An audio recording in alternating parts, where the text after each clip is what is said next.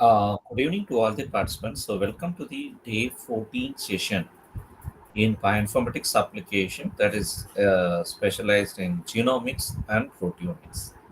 Okay, so this is the last day of internship and certificate course in bioinformatics.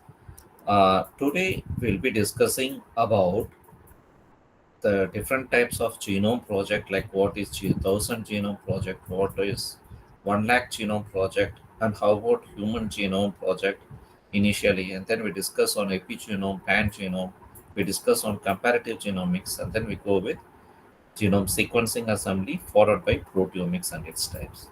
So before starting today's session, can we recap the last session? And if time is there, I can also teach you how to perform virtual screening using Autodoc PYRX. Yesterday, we don't have time. We have taken extra time also to complete the Autodoc. Any doubts? Till now, we have completed 13 sessions. Other than recapping, if you have any doubts in any of the topics, you can ask me on today. Do you have any doubts?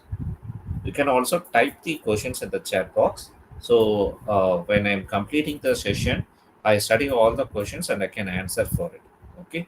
So now we are recapping the last session topics. So very good. Again, I got the answers from the same participant. How about the others? This is the last day, isn't it? So try to input your answers. And if you are from Shasta College of Pharmacy, you put like I am from Shasta, and then you can put your interactions. Okay, put your answers. Okay, really want to appreciate the pharmacy students from Shasta College have shown interest to learn bioinformatics, and even I like to have some kind of a feedback, like whether you really benefited from this course, or what can we make and how to improve this course. One or two participants can also speak about this after completion of this session.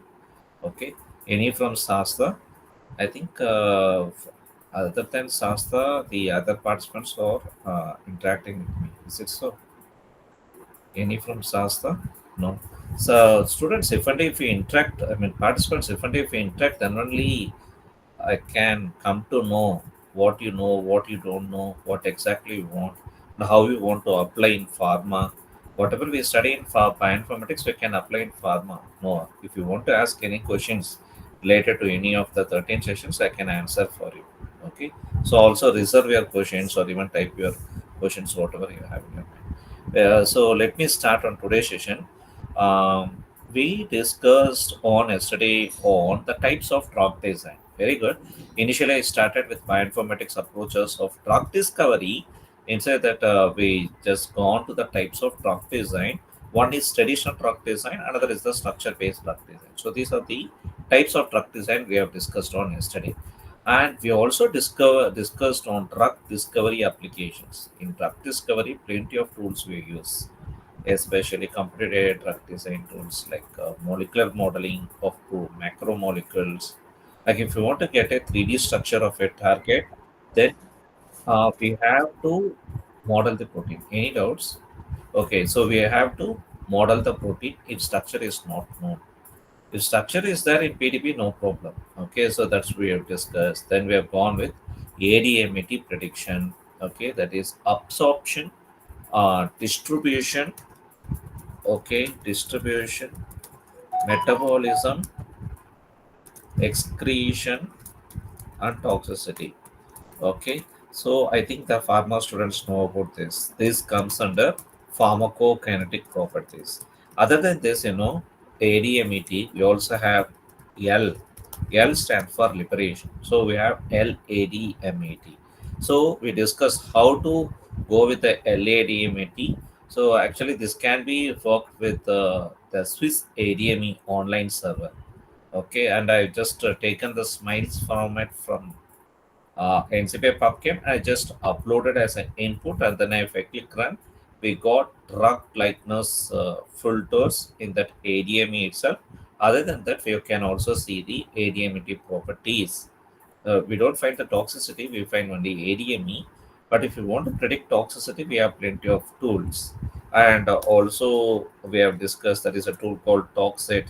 This can be used for predicting the toxicity. Okay, I think we have discussed on day before yesterday about the toxic, and then we have discussed on various methods of drug design, like what is QSAR, the expansion of QSAR, quantitative structure activity relationship, and then I mentioned you this is a ligand based drug design. Okay, and then we have discussed on pharmacophore. You know, the pharmacophore is generally a ligand based or structure based, or it can also be a hybrid based, like it can be ligand or structure based. Do you know what's the difference between ligand and structure based? Ligand, here ligand based drug design, we need only the 3D structure of ligand. In structure based drug design, we should need both the 3D structure of ligand and receptor. And in hybrid based, either you can use ligand based or structure based. So pharmacophore, you have all these three categories. Okay, and then we have discussed what is virtual screening. What is virtual screening? If you have plenty of ligands like drug molecules, and if you want to screen which is the best drug for a target of a disease, then we go with various kind of virtual screening methods.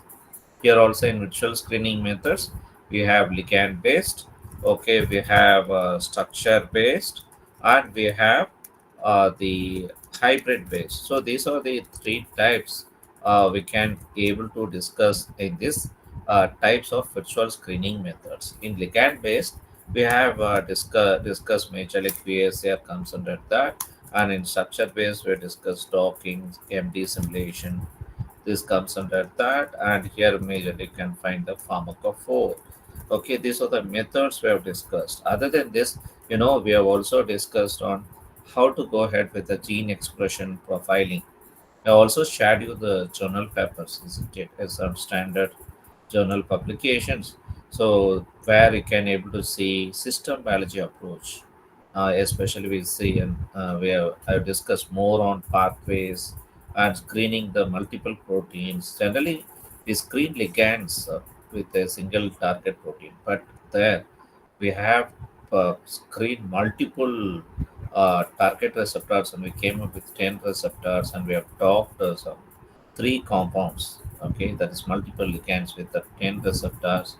So all these things. Okay, so we are using a virtual screening there, we are using a docking there, we are using the network analysis, gene expression profiling, and so most of the methods we use in the form of a pipeline. Okay, each and every method we can't use it for drug design. We should integrate it in the form of a pipeline.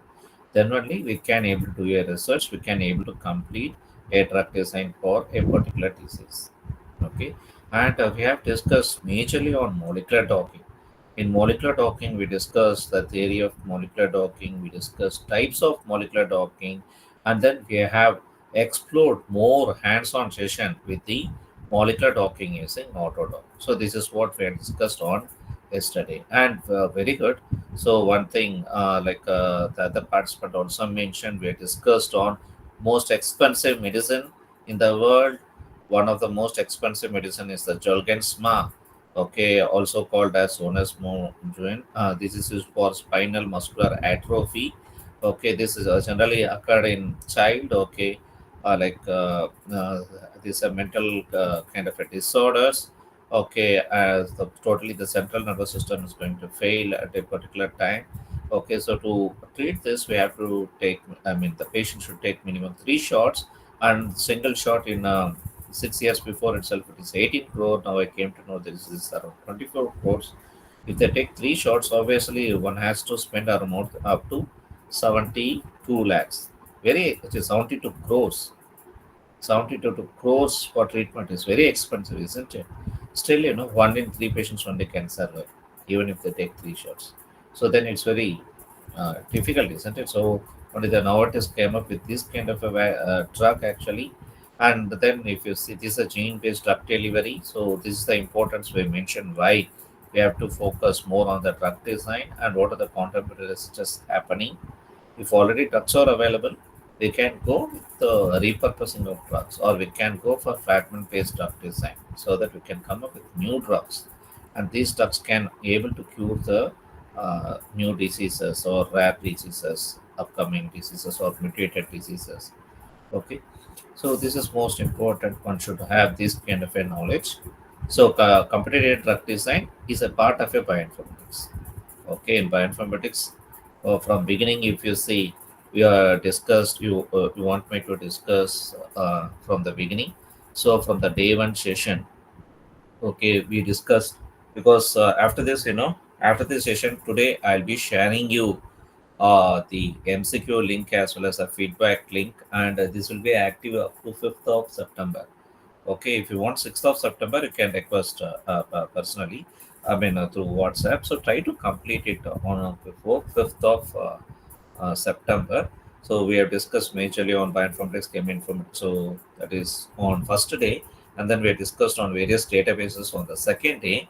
And on third day, other than discussing the primary databases, we discussed on secondary databases, data file formats, metabolic pathways, motif and domain databases. Then we have gone with the Needleman-Wundt algorithms. So these are the algorithms. So these are actually problems how to solve for local alignment and global alignment. In bioinformatics, we need the algorithms. Okay, so I just taken these two algorithms, and also we have found the blast and fast algorithms, and then we also discussed on UPGMA algorithm. We have discussed algorithms for 3 days actually, and then in all the days I have shown you some online tools and shown the hands-on sessions. Okay, only thing is that you should know how to integrate with the types of biology or even pharmacy types of pharmacy courses. Okay, and then we have discussed on protein structure, validation. Okay, if the structures are not known, how to predict, how to visualize, how to validate, and then we have gone with the applications of different areas of bioinformatics in the form of system biology, synthetic biology, microdata analysis, and even this computer-aided drug design comes under bioinformatics approaches for drug discovery. And then now we are discussing about genomics and proteomics. Even in genomics and proteomics, we have discussed something during the second session itself. So we just recap the second session contents, and then we can go ahead. Any other participants have interacted other than this? Yes, we have explored more on a hands-on session with the Autodoc, isn't it? How to work with it. Oh, very good. Satish is from Sasta College. I think you from beginning the Satish is interacting there. Very good, Satish. I appreciate you. And even Kalai Shelvi is also from Sasta. Very good, very good.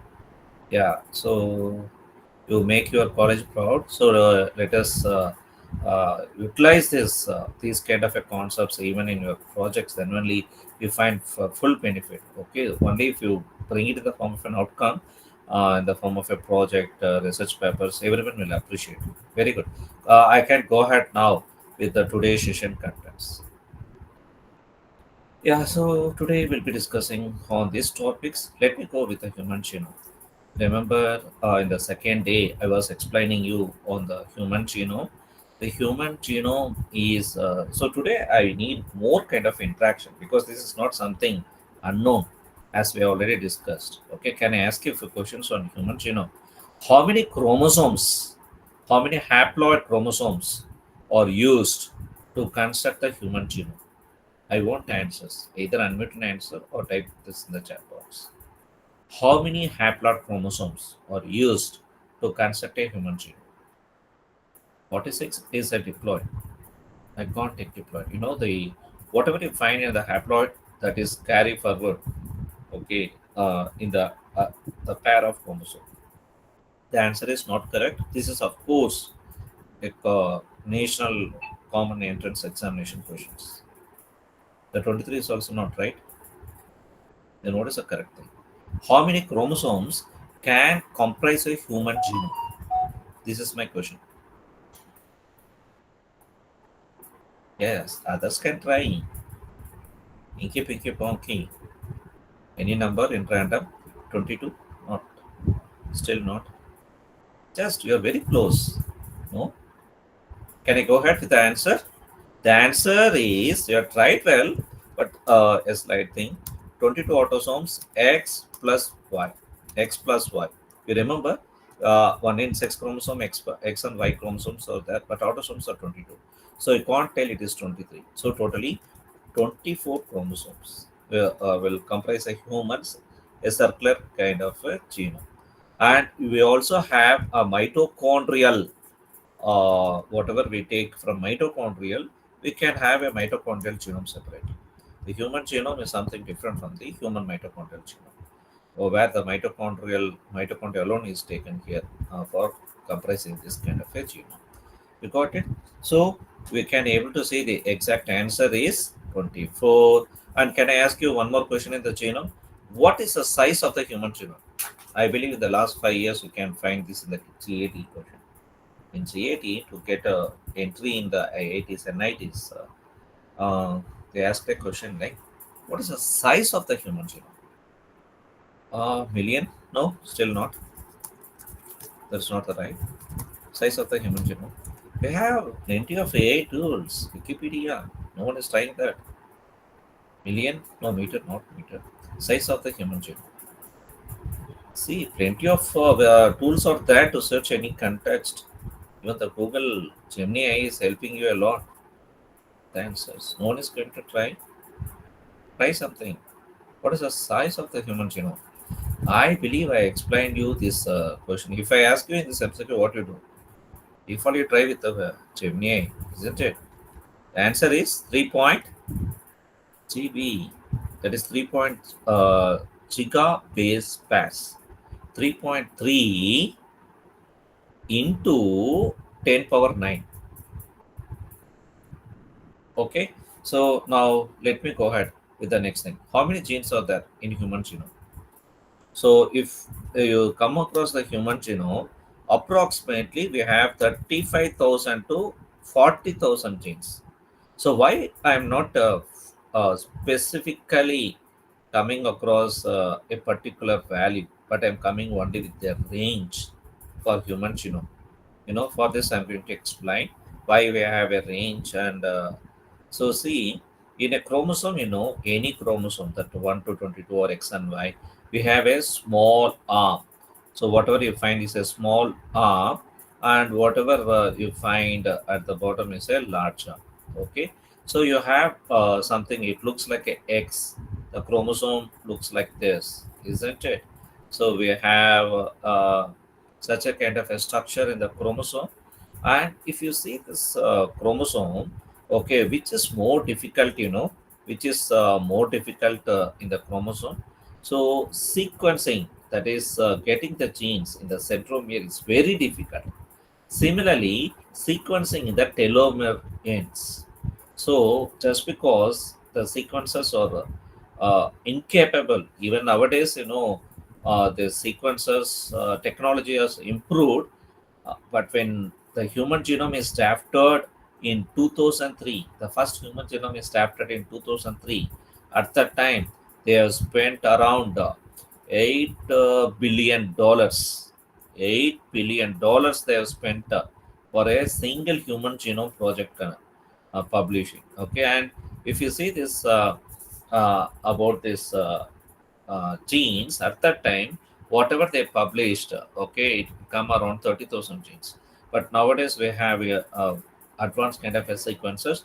They have expanded, explored, unraveled a few more genes, and they increased the size of genes from 35,000 to 40,000 genes.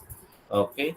Because the sequence, this chromosome, you find a condensed chromatin with a histone packed proteins. Okay, so just because of that, the sequencing is difficult in the centromeres as well as in the telomere areas. So when we get only this kind of a range of genes in the human genome.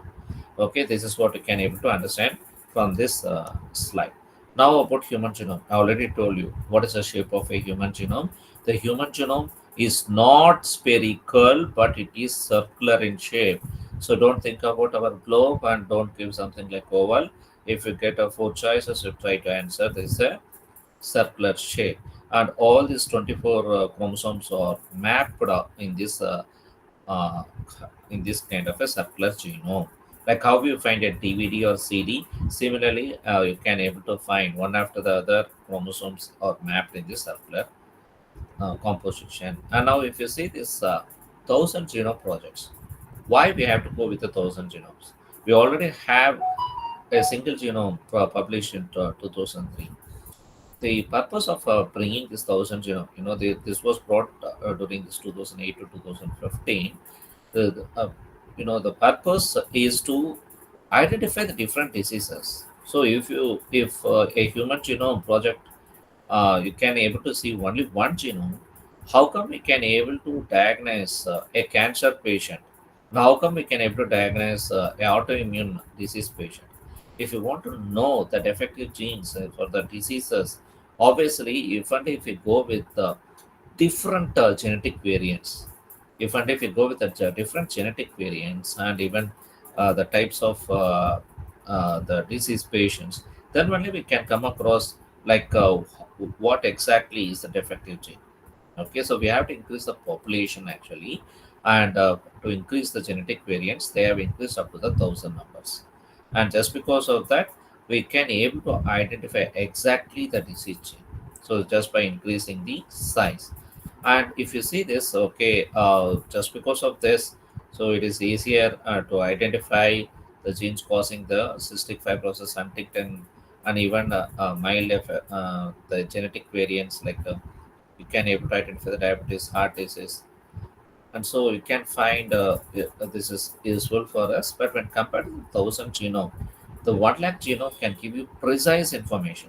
If you want to increase further the size, okay, then obviously you'll be getting precise results, isn't it? So the England, especially the UK government project, okay, managed by Genomics England, they have sequenced around 1 lakh genome, and they got published around in 2019.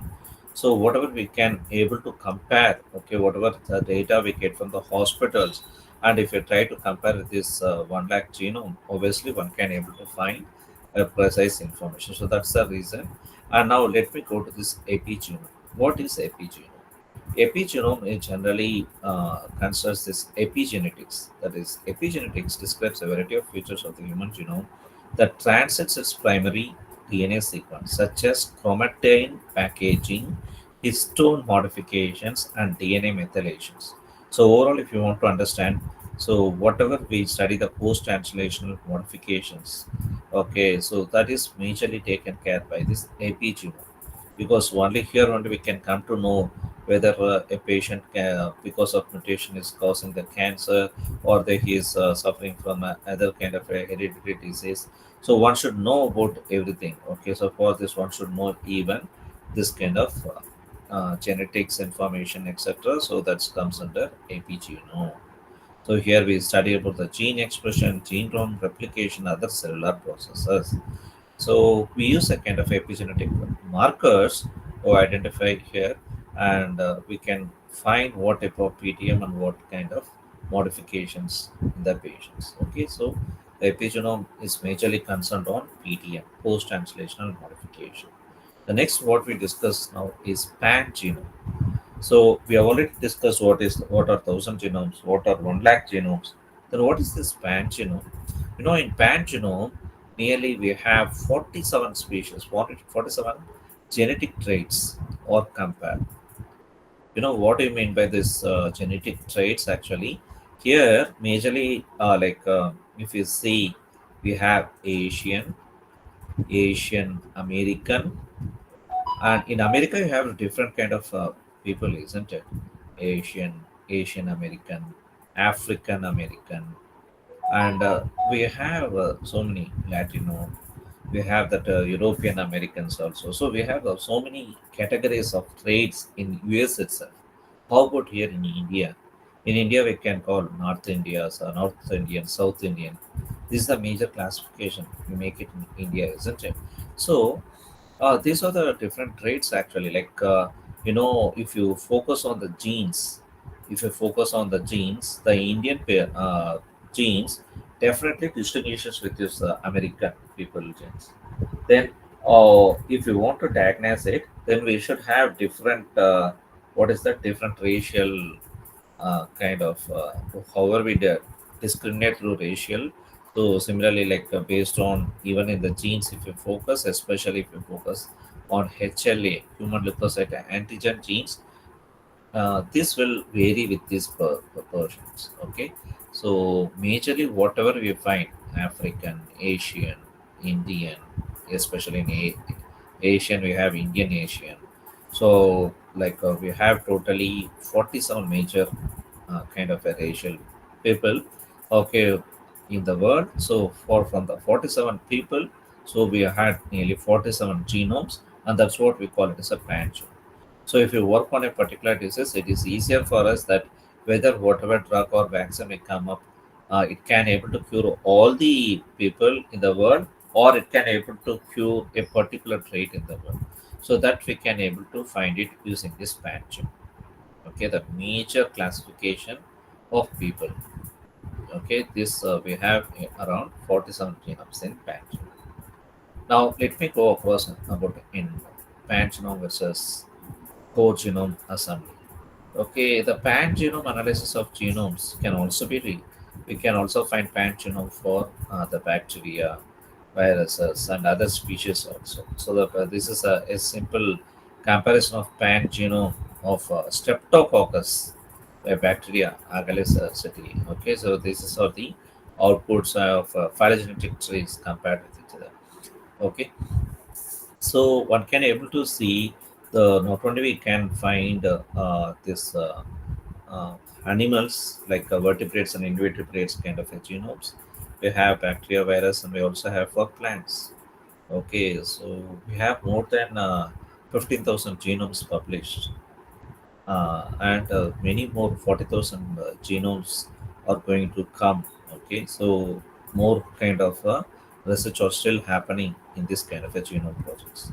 So I think within few years, okay, within a few years we can find genome for all the kind of a species, for all the kind of a species except few organisms which survive in Antarctica region.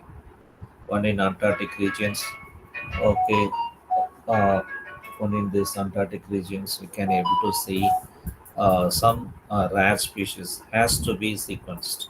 Okay, it's genome sequence, but many species are we are getting the genome projects.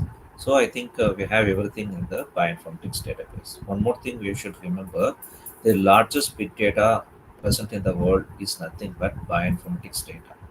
And this is the only data which is also publicly available free. If you see any other branches of engineering, most of the data can be a 3D structure or important data or protected. But here, whatever, if in a particular region we can able to find a swine flu, or we can find even COVID, I mean the SARS-CoV-2 infection with a particular strain, a mutated strain, all this sequence structure information are updated by NIH, National Institute of Health, and of course, initially the National Institute of Health try to publish in NCBI, National Center for Biotechnology Information. Okay, so this is actually the major web resource where you can find sources for nucleotide protein sequences, structures, okay, and other kind of major information, the literatures, etc. So one should understand that uh, this bioinformatics is the biggest data present in the world. So lot of opportunities are there. So in terms of drug design, vaccine design, or in terms of next generation sequencing, especially if you see in one hospital, so at least some 50 to 100 patients are coming for the diagnosis of cancer, isn't it? If so, in Chennai we have Ramchandra uh, Medical College, Institute of Higher Education and Research. So before getting a funded project, I just gone to that hospital and I've seen they are waiting huge numbers. They are waiting from 2 o'clock and 3 o'clock. Morning 3 o'clock they are waiting, and they're getting appointment to get inside only at 9 o'clock, 10 o'clock, like that. So many patients are waiting in queue from morning. Like how they go with the darshanam in Tirumala temples. So such a kind of a huge crowd is there. So there is a need to come up with a kind of a precision-based drug or vaccines, even for treatment of cancer or any other kind of diseases. So the bioinformatics can give a platform. Okay, and if you see this, whatever I discussed on genomics. Okay, so whatever genomes, No, nowadays, if you want to diagnose, if the patient want to diagnose, like how are the doctors advised to take MRI or any kind of X-ray or whatever is needed for the disease, for the diagnosis of disease, they're also asking us to come up with a genome. So whatever I mentioned to initially sequence a human genome for a 2003, they took around $8 billion, but now it took around $20,000. So sequencing a genome that is 3.3 billion base pairs is now just $1,000 question. Okay, so anyone can nowadays, when compared to the hospital charges, now this is affordable. Just paying 86,000. Okay, to sequence just like how we get a kind of a patrika. Okay, so we can get the entire astrology of what genes are there. Okay, and nowadays even the people afford these kind of genome sequencing, putting the baby birth, and they can also want to, if they want to edit the genes, even they try like what to be done. Okay, or before birth itself what to be done, what kind of remedies can be done to avoid the hereditary disease. Okay, so these kind of things happen if we can able to come up with a kind of a genome. Got it. So just for our sequencing a genome, we need just a blood sample. Okay, so a few drops of blood is sufficient to sequence, because only from the blood only we can able to get the chromosomes, and from the chromosomes we can able to sequence the entire thing. Okay, so practically we have to think like this is nowadays a most important and more, I mean, most needy, okay, for the treatment of various kind of diseases. If and if you diagnose correctly, then only can treat. Then now we can come across a concept called comparative genomics. Till now we discussed what is a genome, and especially we discussed only on human genome from up to present. And then I have gone across the 1,000 genome, 1 lakh genome, pan genome. Now I am going to discuss on comparative genomics. What is comparative genomics? So comparative genomic studies, it's such as like we generally compare not only with the Homo sapiens. If you want to compare the ancestral species like chimpanzee, gorilla, orangutan, okay, we can also come to know the evolution, okay, the evolution patterns and what exactly, like each and every organ, each and every tissue, and the protein, everything we can able to see the comparison, and we can also see the evolution of the this kind of a protein is evolved from this or not. Okay, so we use it for multiple applications, of course, and even comparing human genome, okay, with the, I mean, the patient genome with the existing genomes is also a kind of a comparative genomics. So comparative genomics can be done with the same species or even with the other related ancestral species. Okay, now this is something about a software. I mean, this is an application from NCBI. In NCBI, we have a data we called genome data. So in this genome data okay, I just initially in Google, I've gone to the NCBI. NCBI URL is ncbi.nlm.nh.gov. There we have to select the genome. And after selecting the genome database, if you type Homo sapiens, it will direct you to this window. And whatever window we can see here is the genome data viewer. So in this browser window, we can able to see all these 22 autosomes and X and Y. So this 24 chromosomes generally comprise the human genome I already mentioned, and you can able to select only one chromosome at a time. So only one chromosome at a time. If you are selecting chromosome 7, in this case I have selected chromosome 7. So you can see this short arm is extended up to here, and this is a centromere part. Sequencing is very difficult, I told you, and we can also have this long arm. So if you want to focus on a particular gene, okay, we can able to select a particular gene and we can explore more on that. So actually for the diabetes, I believe the chromosome 11 is important. So a diabetologist has to know only one particular chromosome. There is no need to study this much chromosome. For this chromosome 11, you will find it looks like a two encyclopedia around 2000, more than 2000 pages. So it looks like an encyclopedia kind of a book. If you see the genome, like a chromosome 11, is a two-volume book.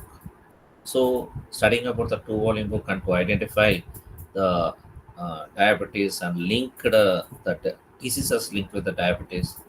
Okay, there is a lot to learn. So a doctor can specialize in one particular chromosome.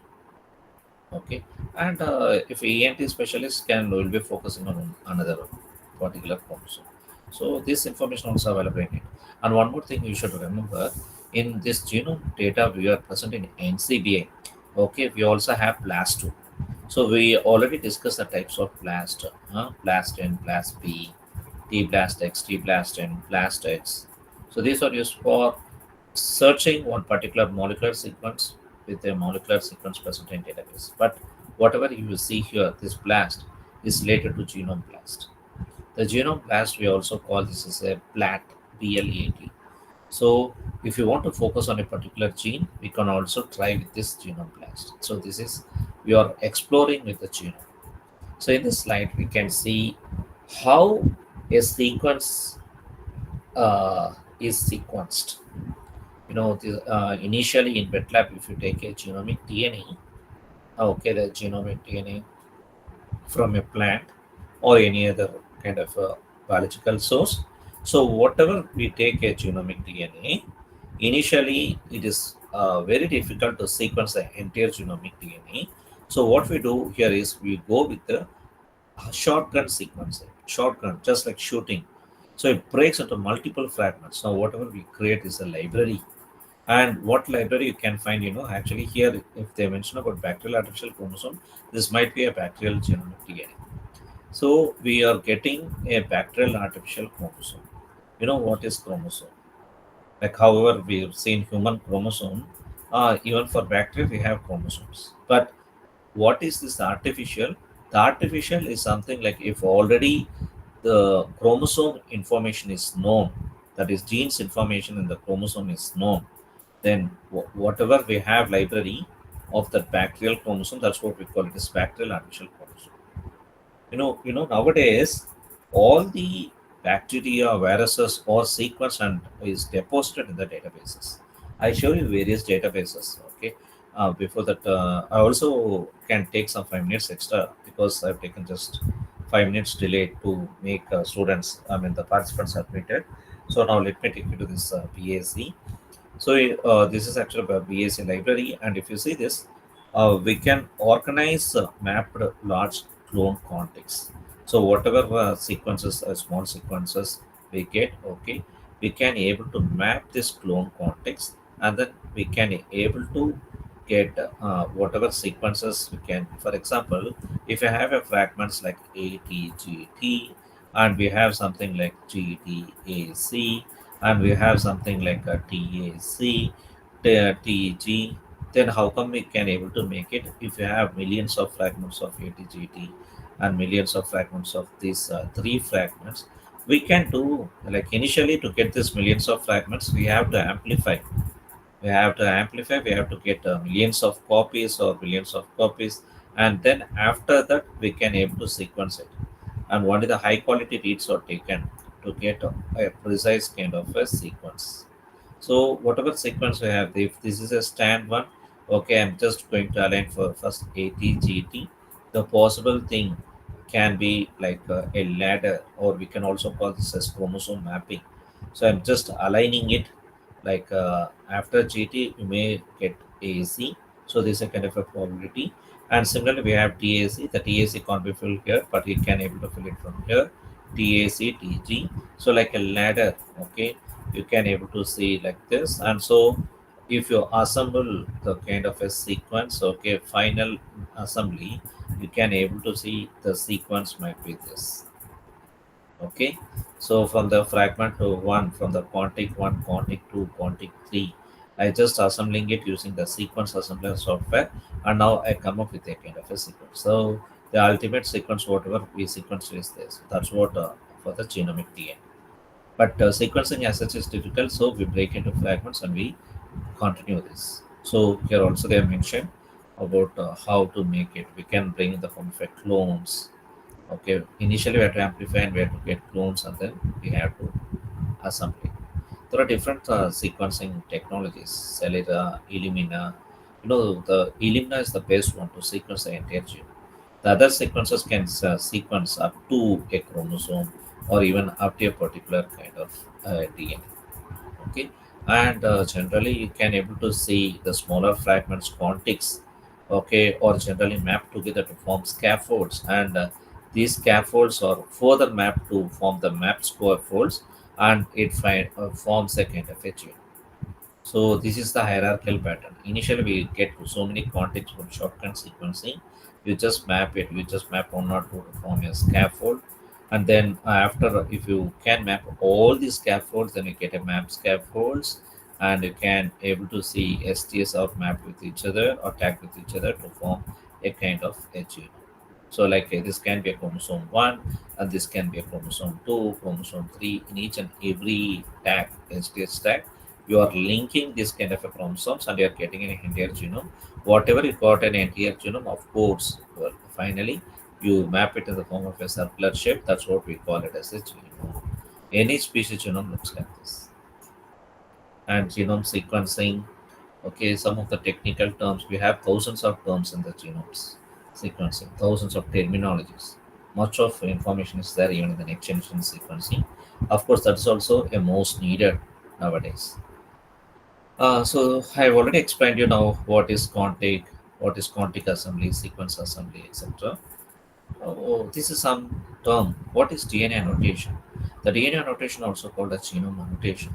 So nowadays, the hospitals can generate the genome data, but to annotate, like to know what exactly are the defect genes and what are the genes responsible for causing the specific disease, then one should know about the genome annotation. So for genome annotation, we have separate specialists, separate scientists. They work on from the genome sequence. So genome will be sequenced by a different scientist, and annotation can be done by a different scientist. So one can able to find this information. Okay, they have used a plenty of tools, of course. Okay, and then they come up with a kind of a conclusion. Okay, so for this for DNA or genome annotation, one should know about the entire molecular biology, genetic engineering, genetics. So all these branches of science is needed, okay, to explore more on the causage or cause of the disease. And now, if you see this genomic databases, I told you we have more than 1,000 types of genomes. I mean, we have 1,000 types of genome databases, because at present we have more than 15,000 genomes, and more than 40,000 genomes are in research and going to publish soon. Okay, this data statistics are taken in 2022. Now I think even more genomes are get published at this time. Okay, and whatever genomes published, okay, we have more than 1,000 different websites for the genomes. So if you focus on specifically, okay, the first genome sequence is from bacteriophage in 1970s, I believe. Okay, 79 or 1981, they've sequenced this bacteriophage. This is the first genome sequence, smallest species to sequence. And then they tried with this fly, fruit fly, Drosophila melanogaster. So whatever they sequenced with the Drosophila melanogaster, that was posted in flybase. So the Drosophila melanogaster genome is what flybase. And similarly, you can find for worms. So together with this Drosophila melanogaster, the scientists worked on Sina arbidita elegans. Sina arbidita elegans, a kind of a worm. Okay, so through this worm, why they are focused on this Drosophila and Sina arbidita elegans? This can also be used for drug illustration. Like if you want to treat a disease of humans, even the researchers can also be carried out using Drosophila. So you can incorporate a human gene in the Drosophila, and then we can work on the effect of drugs with the Drosophila. Similarly, the effect of drugs on Sina and Bretta elegans, the kind of a worms, are also carried out. And this is what we call it as a drug elucidation. You know these facts? See, a worm is getting a remedy for a disease, is curing a disease. So, but in India, we try much with the small animals. We do experiments with the small animals like mice, rat. These are the most popular species. Other than this, hamsters, hamsters and rabbits. Okay, so these are general thing we are carried out in our labs. Okay, approved by CCSC committee. CCSCA committee. We should of course follow the animal ethical guidelines for that. And now, related to genome annotation. The genome annotation consists of three main steps. Okay, identifying portions of the genome that do not prefer protein, identifying elements of the genome. I told you, you have nearly 1,000 types of terminologies in the genome.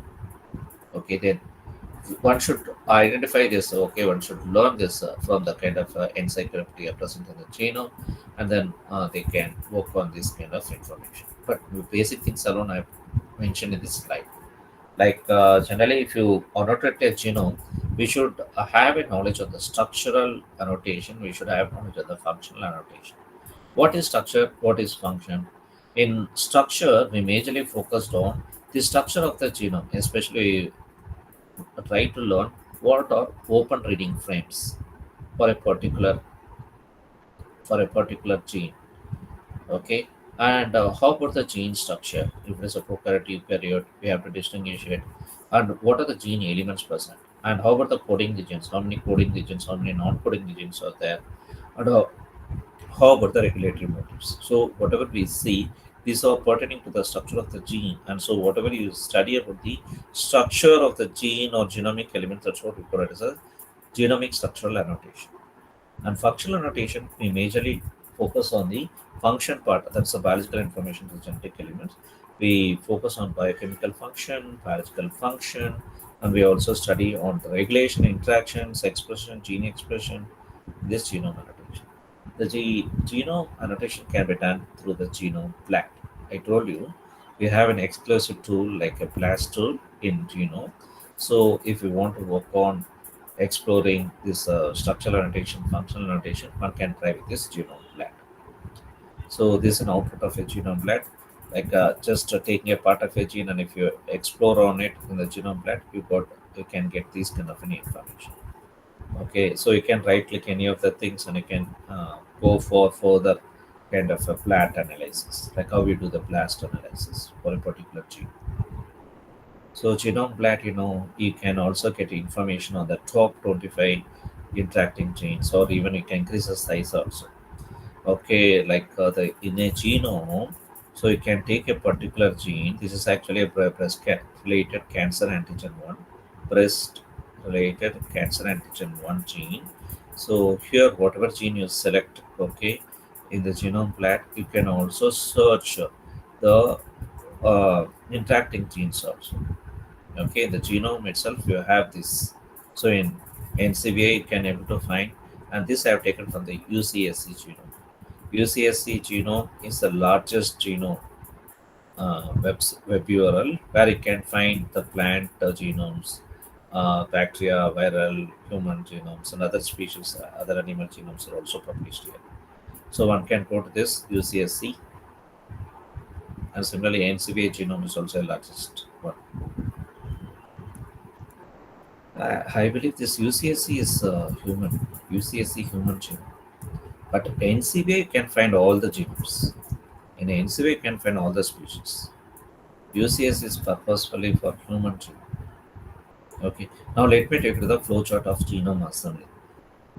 Genome assembly, like however I mentioned earlier, take from a chromosome, sequence everything, and then you just map everything. You tag with the sequence tag sites, and then try to form a circular genome. Now let me take you to the proteomics. Proteomics is the largest scale of proteins. What is a genome? I told you we take all the set of genes from the chromosome and we just map in the chromosome. Then how about proteome? Whether we have a shape of for a proteome, whether we have a size for a proteome? No, we don't have anything. Then what is a proteome? Actually, proteome is the related proteins of a particular organism. So whatever proteins I find for a particular organism, we can link it, okay, in the form of a proteome. Okay, so for proteome, obviously you can able to understand it is an entire set of proteins produced or modified by an organism or even a particular system, like a circulatory system, neural system. You can take a particular system and you can see a group of proteins, entire set of proteins. This is most important, not just group. Entire set of proteins of a particular system can have a proteome, and we have a proteome number. Okay, so to know more about this, first I can take you to some of the tools, then I can come to the event of PPT. So if you want to explore on a particular genome or proteome, first I take you to the NCBI. Okay, in NCBI, I am going to take you to the genome, and if you want to go to the specific species, type the keyword. So I'm taking you inside to the human. Okay, you can find this information of print. So 1839 genomes are visible at present. I'm opening a particular thing. Okay, by clicking this assembly. If I click this assembly, we got this. Okay, so say this information. So at present, they have updated as 3.1 GB. Okay, so I mentioned like 3.3 GB. If you get more genes explored, that's the thing. But you can take this. Okay, 3.1 is okay. 3.1 GB. But if you get something like 2.7, 2.8, 2.9, you can't consider it. Some books give 3.3, some give 3.1, some give 3.2, but whatever given in NCTEC can be kept as standard. But total uncapped length is 2.9 GB. Okay, and we can able to find this information if you want to go to the particularly on the human genome. Okay, so just I'm dragging down, and now you can see here you have this 22 chromosomes X and Y, and if I want to focus on a particular chromosome 11, click that chromosome 11. So I'm taking you to the chromosome 11 in this NCBA genome browser. Okay, so this is actually NCBI genome data viewer. So here you can able to find this all these chromosomes, but whatever chromosome I have selected, only that particular chromosome alone you can able to see this in this top. Okay, so you can also focus on a particular gene. Okay, you can select it and you can go to the particular gene information. Okay, we have a blast. So for tracking a particular thing, you can use a track. Okay, we have options. You can go with the configure tracks. So in the configure tracks, you can able to find the available tracks in the particular chromosome 11. So what exactly you want to find, you can select the particular thing alone. Okay, whether you want to go with uh, this single nucleotide polymorphism of life, you can select that alone, and you can make it deselected the other things. I'm selecting only that, or you want to go with the RNA sequence exon coverage, select that alone, and now you just configure it. Okay, the configuration is done to whatever we have selected. So that alone is shown now. Okay, like this, we can whatever information we want to get, so that is present here. So whatever selected from here to here. So that's the thing we have selected now. So this is a kind of a patch they are showing here. Okay, similarly, if you want to configure something, we can go to the options, configure tracks, we get in options. We can able to configure through sequence, gene products, variation, phenotype and disease, what exact disease we want to focus, whether we want to focus on Parkinson or whether we want to focus on lung disease. Select the particular thing, and just if I want to focus on lung disease, which is linked with the chromosome 11, okay, fibrosis of lung cancer. So this is the these are the thing, and this is again this is the locus. This is the locus of the chromosome responsible for the lung disease. So like this, you can search, okay, on particular information of the human genome using this genome data here. So like however I have taken and explored more on the human genome data here. I told you we have plenty of genomes. We have a kind of a genome called flybase.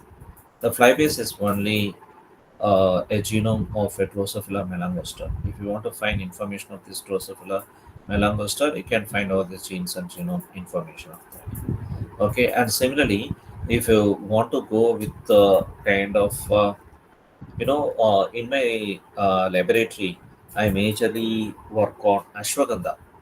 Ashwagandha is belongs to Solanaceae. Did you heard about it? Solanaceae? Solanaceae is actually tomato family. No, the fruits of ashwagandha looks like a tomato. So if you go with the want to go to the Solanaceae genome, you have salt genomics. So this is the network. This is especially for that family of plant genomes. So other than this, we also have especially ashwagandha genome. So other than the family of genome, we also have ashwagandha genome. So now I can't able to find, but we have that. Even for a plant specifically, we have that. And similarly for a tomato, also we have a tomato genome. Tomato genome. Okay, we have a tomato genome. One has to go just to the not only to this Solanaceae genomics network, we can also go to the specific tomato genome. One has to find this information. So what I want to mean here is we have for entire genomes in NCBI genome itself. Other than that, we can also go to the specific family, or we can also go to the specific, even for rice genome, we have a separate rice genome URL. So we can able to find all the strains of virus. Okay, I mean, so all the strains of rice. Okay, and then we can look through that kind of a genomes. Okay, plenty of information is there in this bioinformatics world. Okay, it's a version actually. Plenty of databases, plenty of tools are there. So one can specialize in one particular area and can open on your entire life. Now I am going to take you something on proteomics. In proteomics, if you want to go search on a proteomics, better go with UniProt. So we already discussed about UniProt. It's a universal protein kind of a URL, and here the most popularly used database is UniProt knowledge base. UniProt stands for Universal Protein, and KB stands for Knowledge Base. If you don't know anything about a particular protein, but if you want to do a research on a particular protein, you find fully annotation of a protein using UniProt KB. I told you one must remember this UniProt, like how we remember NCBA. These two are most important databases in bioinformatics. And if you see in this UniProt, we also have a database called Proteomes. We also have a database called Proteomes. Inside this Proteomes, you can able to search also a particular protein. Like I've typed a keyword like human proteome. We have around 40,507 results. All are not redundant. Like the same data is not going to repeat in UniProt. I think you know about that. Okay, so for the human proteome, with this is the organism ID, and this much proteins are there. Okay, and for human, we also have types of viruses, isn't it? HPV, that human papillomavirus, human picovirus, for human adenovirus. Like this, for each and every species, also we have a proteome. If you want to see about a particular kind of a proteome, human proteome, this is the entry. Okay, this is the entry to get inside. So I'm going to click this. Now it will take you that human proteome. Here you find all these genes, around 20,663 is here. And so if you see this chromosomes, okay, so if you see these chromosomes, we have this chromosome kind of an entries, the genome accession numbers, and we can come across this protein count. So one has to go to this and to explore the more information of the protein. Okay, so to work on proteome, I suggest you to go with this UniProt proteome. So, what is the data generated and what are the types of proteomes we can find? The proteomics is generally the studying about proteome is what proteomics, and the proteomics can be studied either through top-down proteomics approach or through bottom-up proteomics approach. What is top-down? What is uh, the bottom-up approach? We already have so many protein sequences in the databases, and whatever proteins we have, the set of proteins, if you can able to say go with identifying the molecular weight, isoelectric point, etc., through gel electrophoresis, or even if you want to identify the charges using mass spectrometry. So whatever we do, the wet lab techniques, okay, So with the protein sequences already available or whatever proteins available, then that is top-down approach. And in bottom-up proteomics approach, we take cells. We know that proteins or can be intracellular or extracellular. If it is an extracellular, centrifuge it and you take the proteins. And we go with the sequencing and we go with mass spectrometry analysis. But if the proteins are present inside the cells, what we have to do? We have to sonicate it. We have to do the homogenization. And then we release the proteins. And whatever proteins we release, we can carry out the same techniques, whatever we carried out in this top down. So that's the only difference. We start with the scratch. We start with the biological samples, and then if we work on it, we call this as bottom-up approach. Okay. Of course, for working on these proteins, we treat with enzymes. This is the unique step we make in bottom-up approach. We treat with the enzymes to break down the macromolecules into small proteins, and these proteins or peptides, we take it using this can be the information of these proteins can be taken from mass spectrometry or peptide mass fingerprinting to get the information of the proteins as well as the peptides. Okay, bottom-up approach. We start with the biological sample and we use the enzymatic digestion. That's the only difference. How we can distinguish the bottom-up approach and top-down proteomics. And other than the bottom-up approach and the top-down proteomics, we also have middle-down proteomics. Okay, so here we digest the proteins and we get large peptides. We separate the peptides and we get the information through LCMS, and then we go with the peptide analysis. Okay, so this is what middle down proteomics. So these are the generally three classes of proteomics: bottom up, top down, and middle down. Okay, and types of proteomics. Like how we find the types of genomics, here also can find the types of proteomics. Like based on structure, if you're focusing on structure of proteins, especially a myoglobin, a kind of a muscle protein, we bother on the structure. But whereas functional proteins, the example insulin, is the function of a protein is to regulate the blood glucose level. If so, then obviously it's a functional protein, unlike a structural protein. Then similarly, whatever group of proteins we work on functional thing, okay, that comes under functional proteomics study. And if you study proteins based on the structural, then it is a structural proteomics. Okay, so this is some information, especially for structural proteomics. We should have a knowledge on the 3D structure of the proteins, where we should have a data from X-ray crystallography, NMR, cryo-electron to study more on the structural proteomics.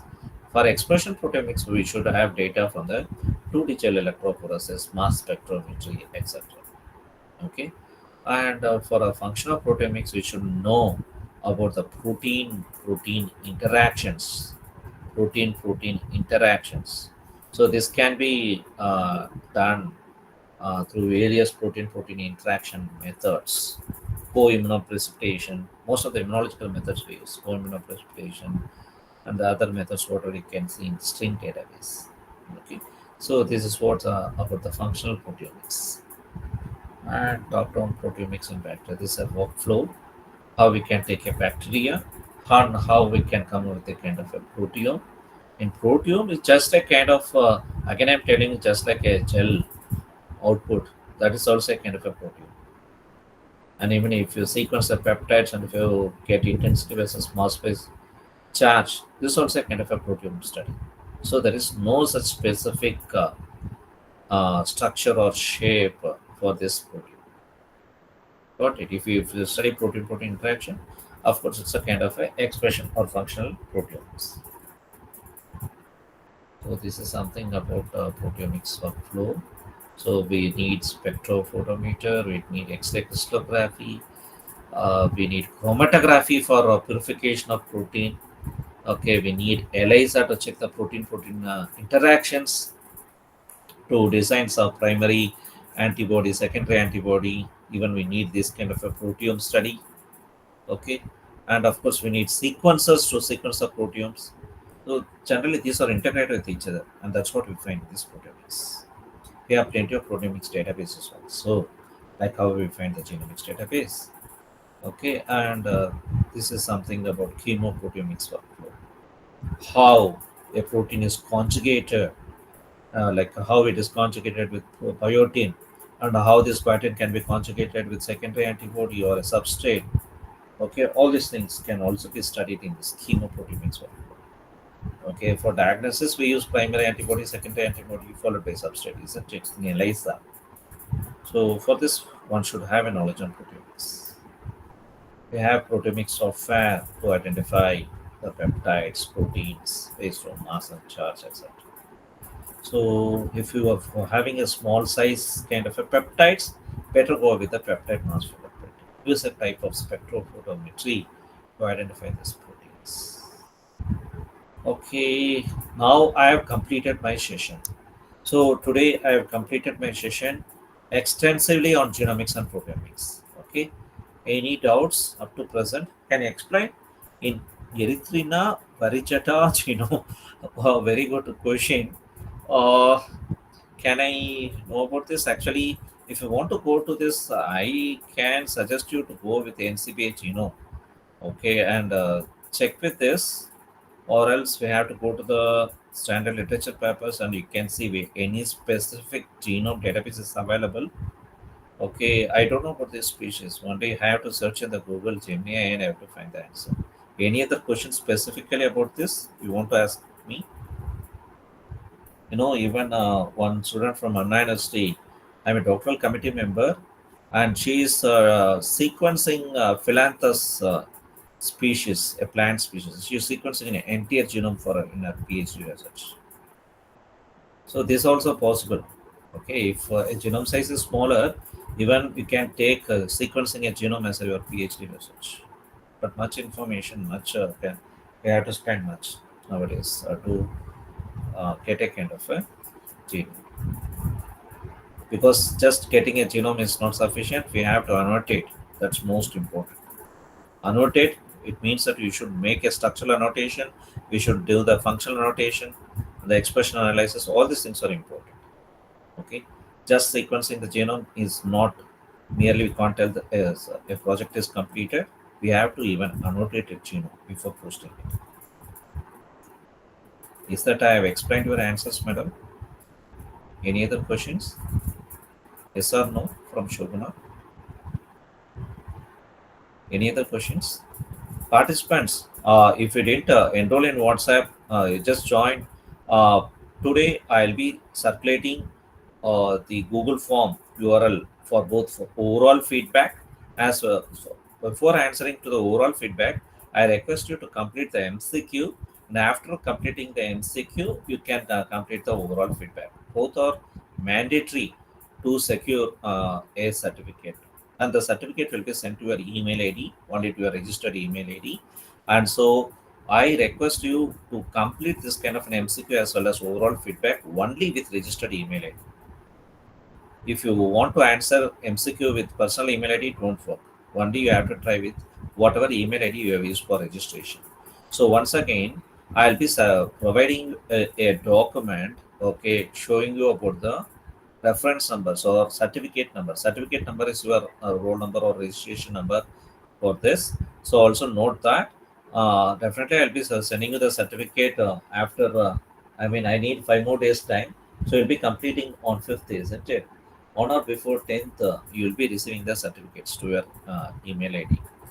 Okay, so if you don't find your certificate, you might have not completed. Try to complete it, and you can also request personally through my WhatsApp. I give you a chance, and then we can make it as soon as possible. So, if only if you complete both the forms, then only you can get the certificate. That you have to remember.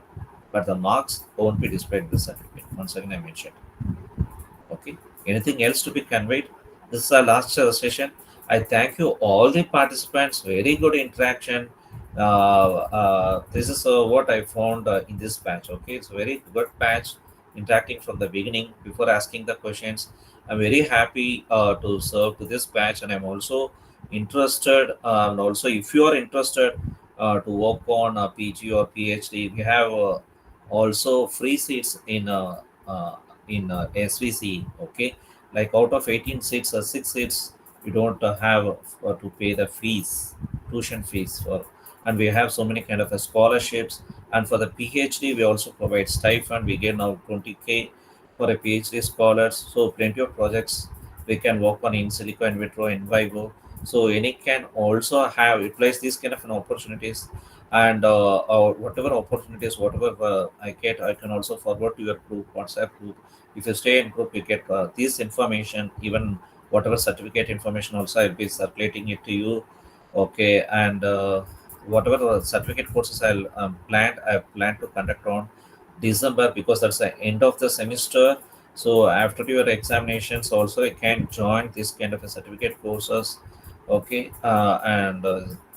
any other doubts or any other clarifications, you can contact me through personal WhatsApp. Reach me through that. Okay, so also connect with me LinkedIn whenever you want. You can get me, get my support. So any other things else to be discussed? I think I've taken extensive session on today. Okay, so soon you'll be receiving you. So thank you, Gauri Nayak, and thank you for all the participants.